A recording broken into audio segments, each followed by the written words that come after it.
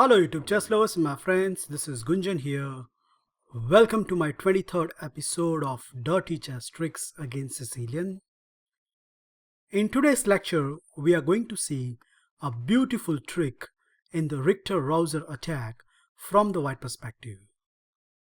The opening arises after the following move order: e4, c5, knight to f3, d6, d4, c captures d4, knight captures d4, knight to f6, knight to c3, and now black goes for the classical Sicilian setup, starting with knight to c6. Okay, the Richter Rauzer attack commences with bishop to g5, trying to give black a double pawn, so accordingly e6 is the main line, and after that white plays another forcing move, bishop to b5, attacking the c6 knight. Well, black hand is forced, he has to defend on c6, so bishop to d7, and after that white continue his tricky journey with bishop captures knight. Well, black has two options, and amongst them b captures c6 is the main line. However, you should note that if your opponent continue with bishop captures c6, then our first trick comes into the table immediately after the following sequence: knight captures c6, pawn captures c6, and now this lovely pawn sacrifice e5. Now as the black knight is pinned, black response is force. He has to take on e5, and after that queen to f3 and suddenly black is in a huge trouble. Well, obviously white has a multiple threat, including queen captures c6, and if black queen moves somewhere, then bishop to f6. So to defend on c6, the natural move here is rook to c8, pairing all the threat. But unfortunately, this leads to disaster. First, white come up with a rook to d1, attacking the queen. Remember, queen has to safeguard the f6 knight, so queen to e7 is the only reply. And after that, the simplest move in the world, castle on the king side. And it is easy to say that black is completely losing. His king side pieces are completely stuck, and on top of everything, white has a simple threat, knight to e4, which more or less sealed the victory. One game from the database finished very quickly. Black played h6, but after bishop to h4, g5 and bishop to g3, now the e5 pawn become target, and when black defended with knight to d7, white has this winning shot, knight to e4, which was way too strong that black has to resign the game.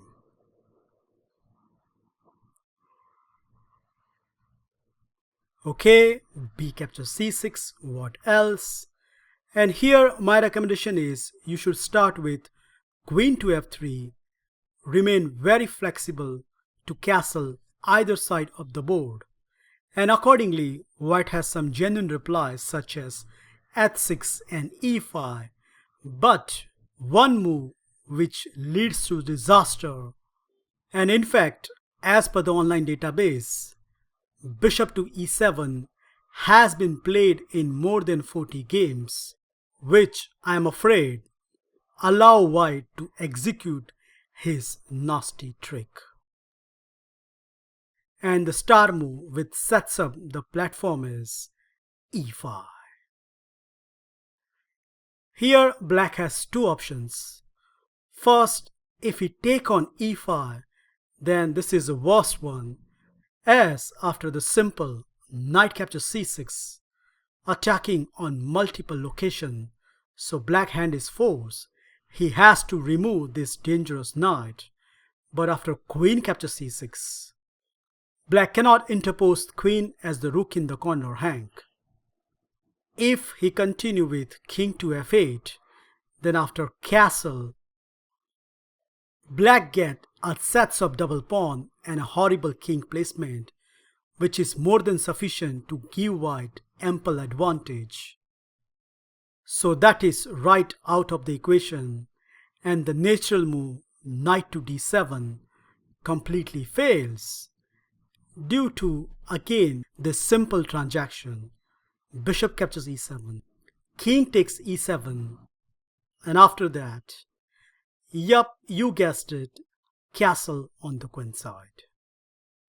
Well, this position is so bad that even with the best play, Black cannot survive from this position.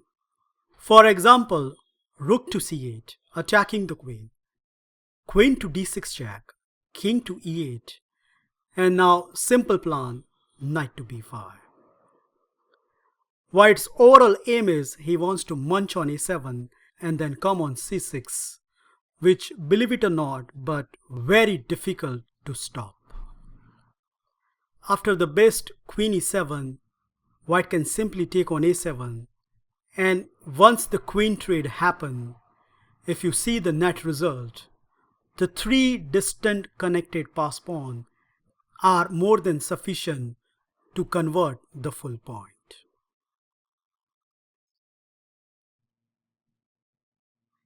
The second choice Black is having here is knight to d5, but again I am afraid this does not solve the issue, as after bishop captures e7, queen captures e7, White has a very strong reply, queen to g3,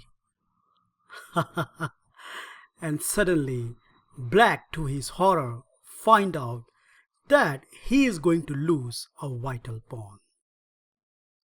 The point is, if let's say Black continue with d captures e5, then White has this in-between move, queen captures g7, attacking the rook, and after rook to f8 and the move queen captures e5, suddenly White emerge with an extra pawn.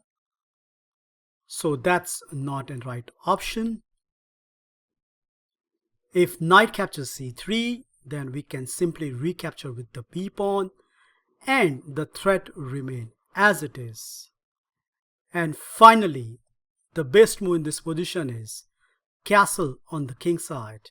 But after this, yup, you guessed it, e captures d6, queen to f6, and the very simple move knight to b3 confirms that with the extra pawn and some horrible pawn structure on the queen side, White is clearly on the driving seat.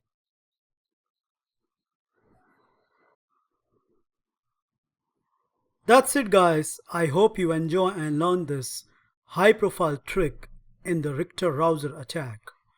Remember, if your opponent continue here with bishop to e7, then after White's wonderful e5, no matter however Black wriggles, it is only White who is coming out on top in each of the line. Well, thank you for watching this video. Feel free to like, subscribe and comment, and I will meet you in my next episode very soon. Bye and take care.